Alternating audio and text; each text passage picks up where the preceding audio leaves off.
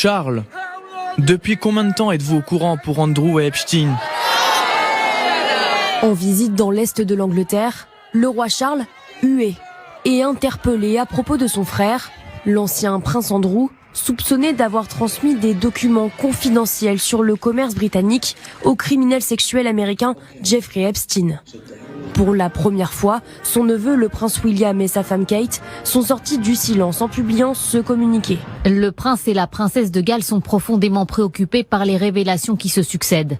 Leurs pensées restent tournées vers les victimes. Le monarque a pour sa part indiqué qu'il se tenait prêt à aider la police s'il était sollicité à propos d'Andrew. L'affaire Epstein entache la couronne, mais aussi le pouvoir en place. Depuis une semaine, Monsieur le Premier ministre, avez-vous un message pour le pays? le Premier ministre Keir Starmer est appelé à quitter son poste.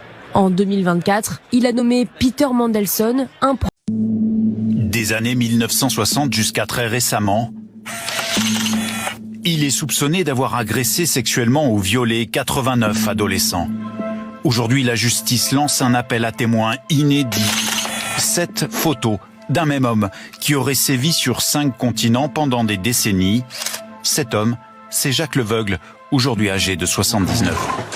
La justice tente de retracer son parcours et d'identifier ses victimes.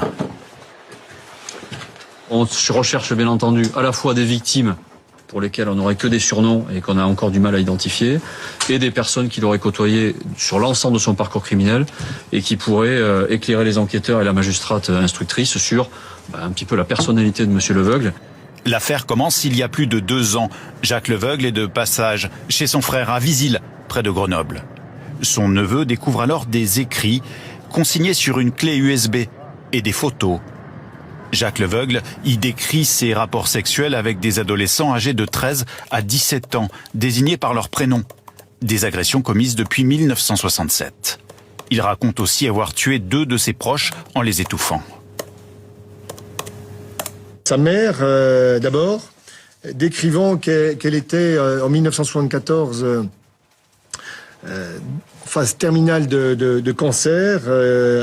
Et puis un fait plus récent, en 1992, parlant de sa tante, la sœur de sa mère. Avec cet appel à témoins, les gendarmes tentent de remonter le temps et de retracer le parcours de ce globe-trotteur tour à tour, enseignant, éducateur ou moniteur de spéléo. En Europe, en Afrique, en Asie, mais aussi